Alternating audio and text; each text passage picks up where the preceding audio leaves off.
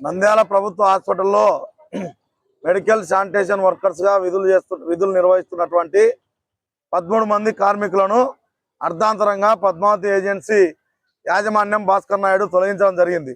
అయితే ఆనాటి నుంచి నేటి వరకు ఏఐటీసీ ఆధ్వర్యంలో వారిని విధుల్లోకి తీసుకోవాలని దశల వారీగా ఆందోళన కార్యక్రమాలు నిర్వహిస్తూ ఉన్నాం. అందులో భాగంగానే నిన్న సోమవారం నంద్యాల జిల్లా కలెక్టర్ కార్యాలయంలో జరిగినటువంటి ప్రజా సమస్యల పరిష్కార వేదిక PGRS లో ధర్నా నిర్వహించి కలెక్టర్ గారికి వినతి పత్రం ఇవ్వడానికి ఏఐటీసీ నాయకత్వం వెళ్ళడం జరిగింది. అయితే మన జిల్లా కలెక్టర్ గారు సాక్షాత్తు జిల్లా సర్వోన్నతాధికారిగా ఉన్నటువంటి మన జిల్లా కలెక్టర్ గారే రాజకుమారి గనియా IPS అధికారే ఈ సిస్టమ్ 50 సంవత్సరాలకు తొలగించేటువంటి సిస్టమ్ పూర్తిగా రాష్ట్రం అంతా ఉంది అని చెప్పడం చాలా బాధాకరమైన విషయం అని చెప్పి తెలియజేస్తా ఉన్నాం.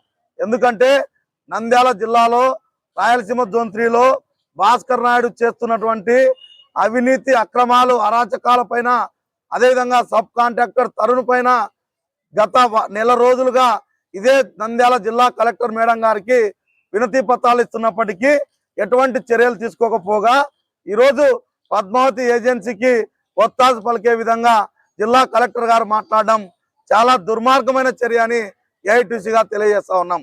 ఎందుకంటే పద్మావతి ఏజెన్సీ భాస్కర్ నాయుడు ఈరోజు చంద్రబాబు నాయుడుకు చుట్టంగా, నారా లోకేష్ కు బంధువుగా వ్యవహరిస్తూ ఇష్టారాజ్యంగా ఎమ్మెల్యేలను ఎంపీలను ఈరోజు లోకల్ ఉన్నటువంటి అధికారులను డబ్బులు ఇచ్చి కొనుక్కుంటూ ఆ సమస్య 50 సంవత్సరాలు పూర్తయిన సమస్య ఎవరు ఎత్తితే వాళ్లకు డబ్బులు ఇచ్చి ఆ సమస్య ఎత్తకుండా ఈరోజు ఏఐటీసీ నాయకులను కార్మికులను గొంతులొక్కే విధంగా చేస్తా ఉంటే జిల్లా కలెక్టర్ గారు ఆ సమస్య గురించి మాట్లాడతారని ఎదురు చూసినటువంటి కార్మికులకు ఏఐటీసీ నాయకులకు ఈరోజు ఆ ఎదురు చూపులు కన్నీళ్లుగా మారే పరిస్థితిలో జిల్లా కలెక్టర్ గారు వ్యవహరించడాన్ని ఏఐటీసీగా వ్యతిరేకిస్తా ఉన్నాం. ఎందుకంటే భాస్కర్ నాయుడు ఈ మెడికల్ ఏజెన్సీ వచ్చిన తర్వాత 50 సంవత్సరాలకు సంబంధించినటువంటి అంశాన్ని ఒక్కదాన్నే గట్టిగా పట్టుకొని మాట్లాడుతూ ఉన్నాడు.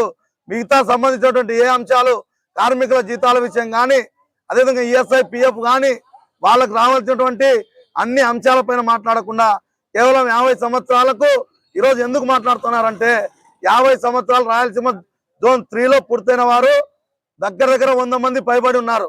ఒక్కొక్కరి దగ్గర నుంచి ₹1,00,000 తీసుకున్నా ఈరోజు ₹1,00,00,000 సొమ్ము చేసుకోవడానికి మిగతా 50 సంవత్సరాలు అని చెప్పి తొలగించిన కార్మికుల కడుపులు కొట్టడానికి ఈరోజు భాస్కర్ నాయుడు సిద్ధమయ్యాడు. కాబట్టి దీన్ని వ్యతిరేకిస్తా ఉన్నాం.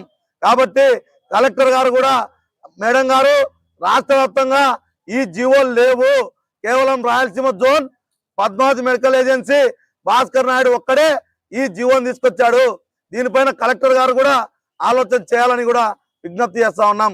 అంతేకాకుండా ఈ మెడికల్ శానిటేషన్ కార్మికులను విధుల్లోకి తీసుకోవాలని 16వ తారీఖున DMA కార్యాలయం విజయవాడలో జరిగేటువంటి ధర్నాలో తేల్చుకుంటాం. ఖచ్చితంగా ఆ రోజు ఉద్యోగాలు ఇస్తారా, దానిపైన మీరు ఏం చేస్తారనే దానిపైన తేల్చుకున్న తర్వాత మళ్ళీ కలెక్టర్ కార్యాలయం దగ్గర ధర్నాలకు కూడా సిద్ధమవుతామని చెప్పి తెలియజేస్తా ఉన్నాం.